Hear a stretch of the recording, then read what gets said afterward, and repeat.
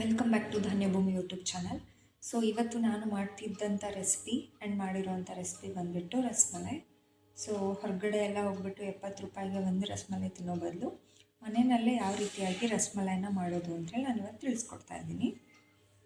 ಅದರದ್ದು detail recipe ಕೂಡ ಈ ವಿಡಿಯೋದಲ್ಲಿ ತೋರಿಸ್ತಾ ಇದ್ದೀನಿ. ಸೊ ನಿಮಗೆ ಟೋಟಲಾಗಿ 1 ಲೀಟ್ರಷ್ಟು ಹಾಲು ಬೇಕು. 1 ಲೀಟ್ರಲ್ಲಿ ಮೊದಲಿಗೆ 1/2 ಲೀಟ್ರಷ್ಟು ಹಾಲನ್ನ ನಾವೇನು ಮಾಡಬೇಕು, ಬಿಸಿ ಮಾಡ್ಕೋಬೇಕು.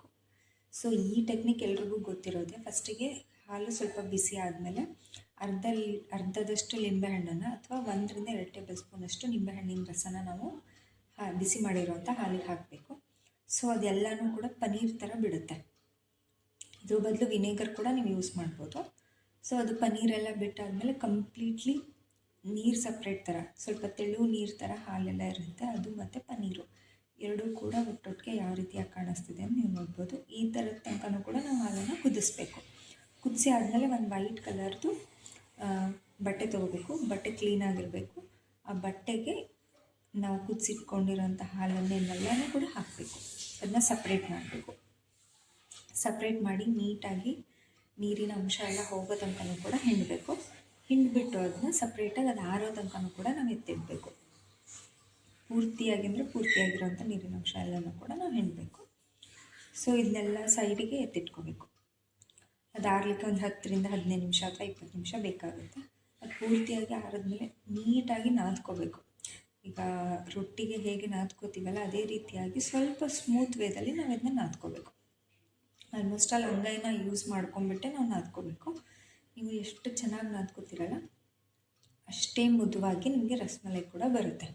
ಇದೆಲ್ಲ ನಾದ್ಕೊಂಡ್ಮೇಲೆ ಸಣ್ಣದು ಉಂಡೆಗಳನ್ನ ಮಾಡಿಬಿಟ್ಟು ಅದನ್ನ ಮಾಡಿ ಈ ಥರ ಮೆದುವಾಗಿ ಅದನ್ನ ಮಾಡಬೇಕು. ಈ ಸಣ್ಣ ಉಂಡೆಗಳು ಎಷ್ಟಾದರೂ ಮಾಡ್ಬೋದು. ನನಗೆ ಸ್ವಲ್ಪ ಜಾಸ್ತಿ ದೊಡ್ಡದಕ್ಕಿಂತ ಚಿಕ್ಕದೇ ಇರಲಿ ಅಂತ ಹೇಳಿಬಿಟ್ಟು ತುಂಬ ಚಿಕ್ಕದನ್ನೇ ನಾನು ಮಾಡಿಕೊಂಡೆ. ಇದಾದಮೇಲೆ 2 ಕಪ್ಪಷ್ಟು ಶುಗರ್ ಹಾಕಿ, ನಾನು ಜಾಸ್ತಿ ನೀರು ಹಾಕಲಿಲ್ಲ, 1 ರಿಂದ 1/4 ಕಪ್ಪಷ್ಟು ನೀರನ್ನು ಹಾಕಿ ಚೆನ್ನಾಗಿ ಕುದಿ ಬರೋ ಥರ ಅದನ್ನ ಕುದಿಸ್ದೆ.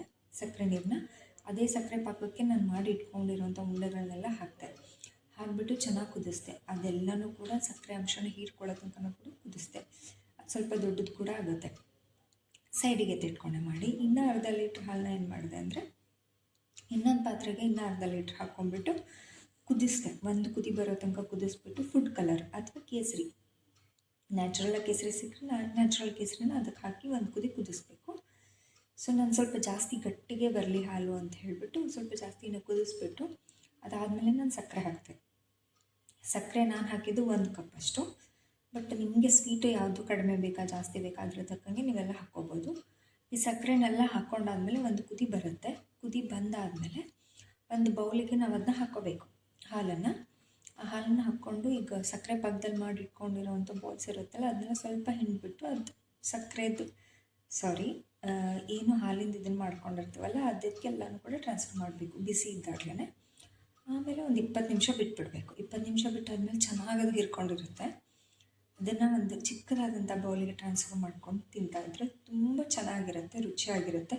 ಹೊರಗಡೆಗೆ ಅಂಗಡಿಗೆ ಹೋಗ್ಬಿಟ್ಟು ತಿನ್ನೋ ಬದಲು ಮನೆಯಲ್ಲೇ ಮಾಡ್ಕೊತೀನಿ. ಈ ವಿಡಿಯೋ ಇಷ್ಟ ಆಗಿದೆ, ಸಬ್ಸ್ಕ್ರೈಬ್ ಮಾಡಿ.